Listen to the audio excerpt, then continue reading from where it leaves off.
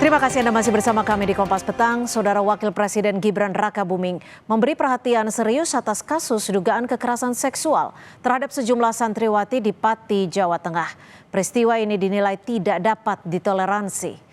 Gibran menjanjikan proses hukum yang tegas, transparan, dan berkeadilan bagi korban kekerasan seksual di Pondok Pesantren di Pati. Kasus dugaan kekerasan seksual pertama kali dilaporkan oleh salah seorang korban pada September 2024. Ketika itu, korban mengaku mengalami kekerasan seksual dari pengasuh Pondok Pesantren berinisial S sepanjang 2020 hingga 2024. Dalam kasus ini, saudara, diduga korban lebih dari satu orang. Wapres Gibran Rakabuming dalam keterangan tertulis menyampaikan, "Saya mengecam keras kejadian pelecehan terhadap santriwati yang terjadi di Pati. Tindakan tersebut tidak dapat ditoleransi. Proses hukum akan dilakukan secara tegas, transparan, dan berkeadilan.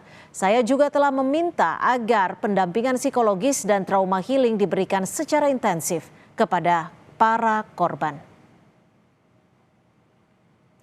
Polda Jawa Tengah turun tangan dalam pencarian tersangka kekerasan seksual terhadap santriwati Pondok Pesantren di Pati. Tersangka hingga kini tidak kunjung memenuhi pemeriksaan tersangka.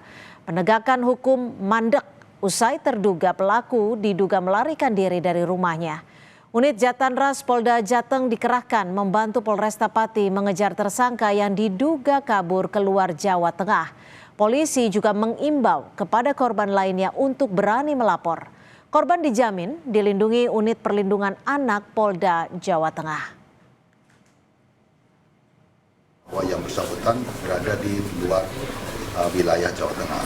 Dan dari situ penyidik dan di backup dari Direktorat Kriminal khususnya Jatanras Polda Jawa Tengah melakukan pengejaran terhadap pelaku. Masih menindaklanjuti dari satu laporan dari korban yang berani speak up dan kita jamin kerahasiaan dan identitasnya, dan kita harapkan ada lagi saksi-saksi yang lain yang mau melaporkan, dan kita akan menjamin kerahasiaan dan identitas dari yang bersangkutan maupun keluarganya.